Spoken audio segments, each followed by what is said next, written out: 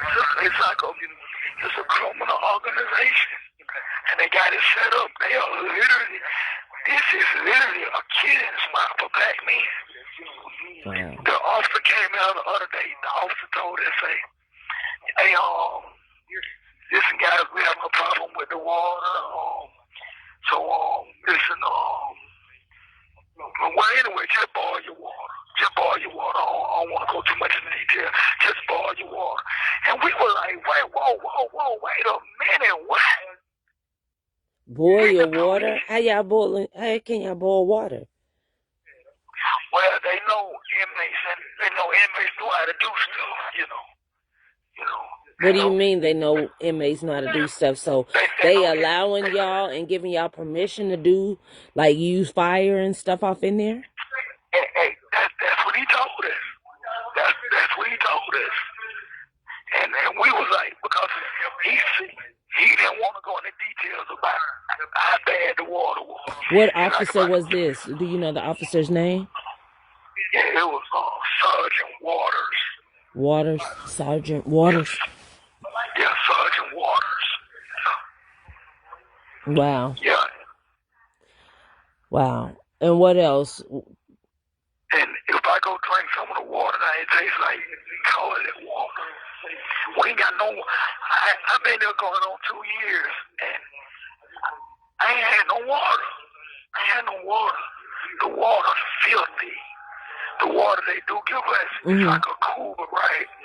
We got 32 men here. You know, a lot of men, they do sexual things to themselves and everything like that right there. Right. But we got 32 men in there sticking their head inside it. It be hell in the cooler. It be, and when the first year, I was like, the first year I couldn't touch it, period, because it's against my religion. I can't touch that, you know. Yeah. So after a year, I started, some of the guys, they were like, man, you have to drink some water, man. They said, man, we feel just like you feel, man, but we got to stay alive. Man, I done end up. So now I get the ice out of there and I let it sit for like 30 minutes. And I drain the water off of it and then I drink it. So I'm getting sicker and sicker and sicker. Between the water, the food, the medicine, the blankets, everything they give us is something to make us sick. Everything they give us is something to make us sick. So it's basically like killing y'all day to day. That's why I said what I said. This is a real killing spot. This is a killing spot. Black men, ain't never black men in there. Wow. Ain't a white person in there. And y'all got a black sheriff. And we got a black sheriff. Got a black sheriff, got all black employees. And he run around here. Now they done put in the paper, the news, and said that that basically he done did some new and improvements, that some stuff around there is new improved, and that it's getting better. That's what the newspaper's saying. The news and I feel like, cause like I said, I don't even supposed to be here. I don't commit crimes. Right. But I produce TV shows. I had just got my own building. See, I'm going to produce a news television show that was about. They own the news station. Oh, I know. Oh, that's what I was posting today about, that the news is helping him cover up a lot of stuff that's going on in there. I mean, when we say we got a Fulton County massacre, we mean we got a Fulton County massacre. When I call that a trap house, they have trapped y'all in the building and they will not let you out. Like, soon as black men go off in there, but they down over here want to sit up here and talk about everything else that's going on, about ICE and all this stuff. That's a right there. That's a whole detention center right there for that they done locked and basically kidnapped half of y'all, because a lot of y'all don't even get to go to court or nothing. Yeah, and that's the thing. When we go to court, they should be at home. You got people here with evidence. They won't even get your evidence.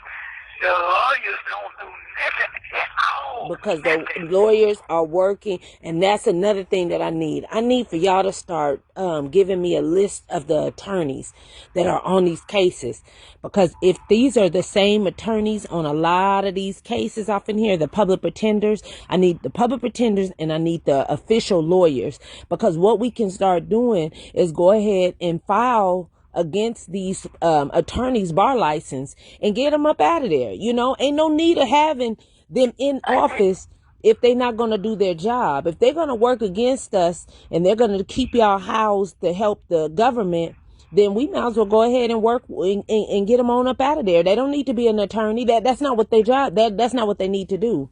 You know, they need to find another career. Here go on one of the guys I'm working with right here. Okay. And he can give you. We were just talking about how the lawyers are not doing nothing. Yeah, give me y'all's attorney's name and information. I don't need the number. I just need their names. Y'all start writing down y'all's attorney's names and get them to me, because what we'll do is just file some information. Just file, you know, criminal or physical, whatever charges it is that they have, whatever they're not doing and they're lacking of your case, and they're denying you of, we'll go ahead and file that. And especially if they have 1, 2, 3, 4, say, because some of y'all got the same attorney. Let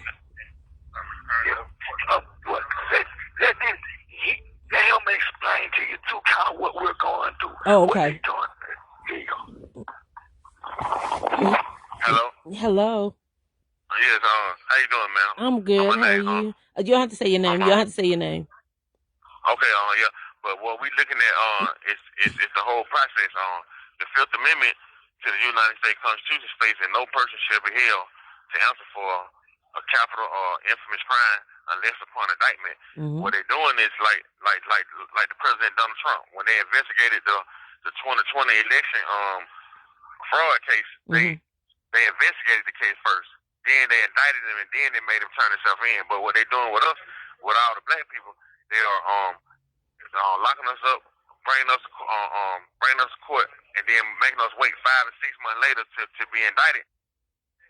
And they holding us, you know what I'm saying? Or even years later. Years. They holding us on an affidavit on arrest warrant, and the Constitution don't say nothing about arrest warrant. It say we got to be indicted by the grand jury and then arrested and then brought to court. But they doing that wrong. And then once they indict us, the indictment doesn't allege the time or the place or the commission or what the acts offenses have been committed. And that's required upon the Georgia law 17754. Do y'all have a list? Do y'all have a list of people that this is all happening to?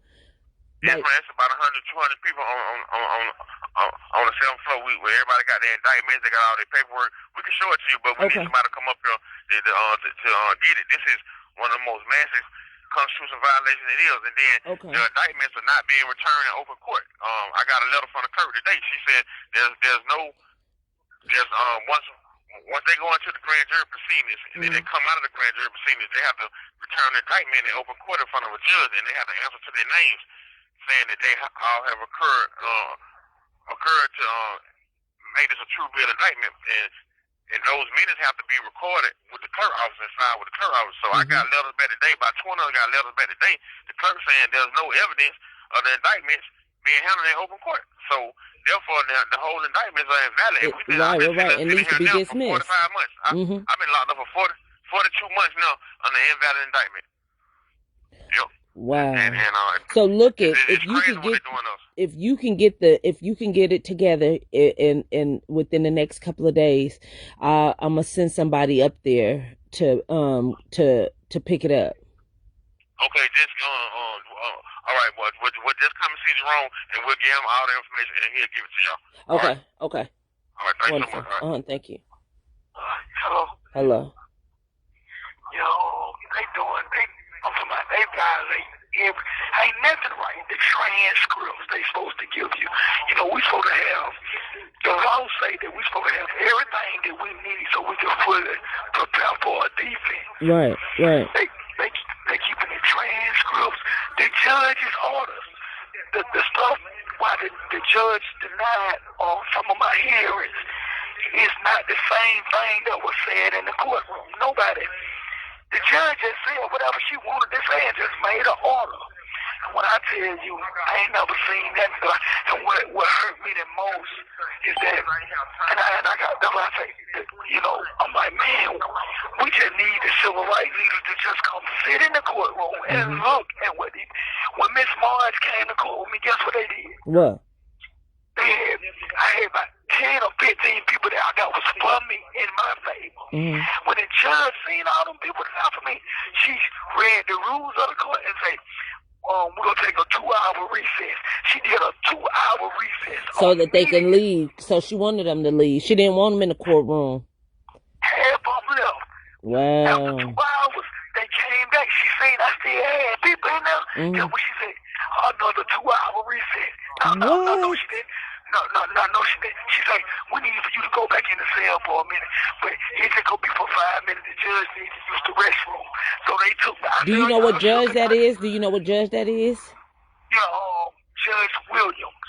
Judge Shamilia Williams. Shamilia Williams. I'm going to get all the names for you. Yeah, give me the names and whoever done been to court. I need they judges as well. Yeah, I'm going to get all that for you tonight. Yep. It don't make no sense. And I say, man, we got to build our civil rights leaders back up. Because it ain't right no more. I tell people, I say, when Martin Luther King gave a speech, the camera couldn't even get to all the people that came out to support. The camera couldn't even see all the people. See, you know, and you know, not to take nothing away from Jesse and Andrew and all them. Oh no, you could take something away from them. You could take away from. Let me tell you something. What I be finding out about these false, supposed to be black leaders, I don't even want to talk about them really. You know what I'm saying? Because honey, it's so much cutthroat and red tape and should have been yellow tape up that I don't even want to even talk about them. John Lewis, any of them, I don't want to talk. Like, I don't want to stand. If we gonna talk about ancestors, talk about Harriet Tubman. We could talk about Malcolm X, talk about one that we for sure know was for a freedom fighter and had mistakes and made his mistakes. And when he came to God, he came all the way to God and he didn't come with no half stepping, honey. When I say that man, when Malcolm X got taken out, I could truly say he got taken out on true knowing who God was and what he was meant and sent to do. He was not straddling the fence. He wasn't playing no games. He wasn't ready. Nah, none of that. I just don't. I'm so. These Martin Luther Kings and all of these John Lewis's and these Al Snakes and all that. I don't trust none of them. Hey, I'm so glad to hear you say that. I'm talking about a tear is in my eye. Do you got a pencil close to you? Yep, I got one right here. Okay, look. My mama name was Deborah. That's D-E-B. D-E-B-O-R-A-H. Yvonne Goggins. My mama was the president of Techwood Homes. They killed my mama when I was about 12, 13 years old. And they had the kids thinking that it was suicide. But they got newspaper clippings and all the stuff that my mama did. I'm trying to get them from this guy. Now, as a matter of fact, I'm gonna seek it out, link it up. But he got all these newspaper. A little bit about me. I don't know none of my family.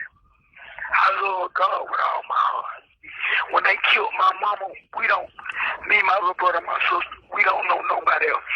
We grew up as homeless kids. I'm a 7th grade dropout. I'm handicapped. I'm legally blind. I was born premature. So I had poor blood circulation. I had arthritis my whole life. Had heart trouble and some other things. But I grew up sleeping in empty apartments. I grew up, I don't know nothing about no birthdays, no holidays. I ain't never had nobody that truly love. I don't know none of my people. I did everything in my power. I went back to school, I got a GED, I went to college, I worked, I got my own business, I did a lot of things. I raised my little brother and my little sister. When I tell you the abuse is so big, even when it comes to cause we would have went to the adoption home, but the adoption home was touching on my sister.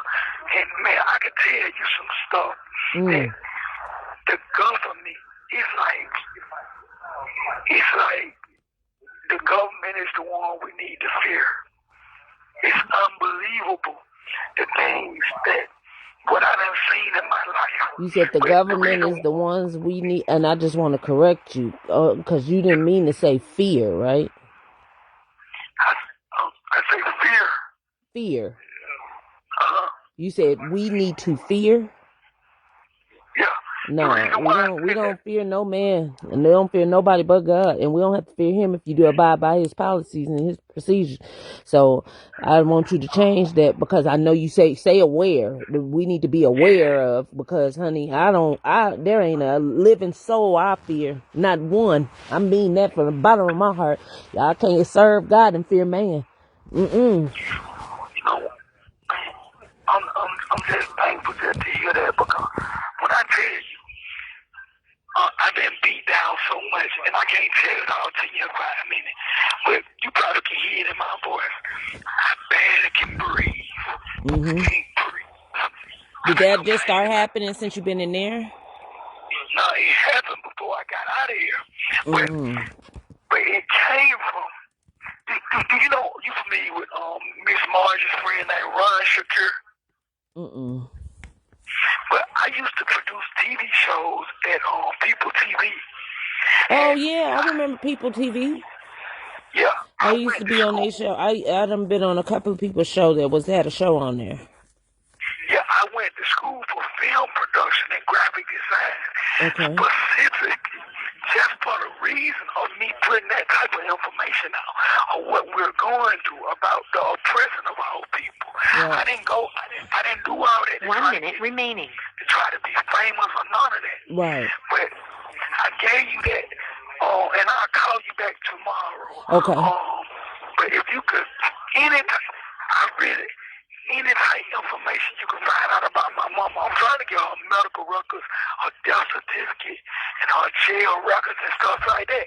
I sent out for that, but my mama went through so much to try to save us, and they end up killing that lady. And I'll be able to go more into detail about it, but they done beat me down, and I most definitely need your strength. They done beat me down to the point where I literally can't breathe. My God. It's hard for me to breathe. So I'll call you back tomorrow with the rest of the information. Okay. You just hold on, though, okay? Hold on. You inspired me. Thank you so much. Man. Thank you so much. We coming to get y'all, man. We coming to get y'all. We coming. Let them know we coming.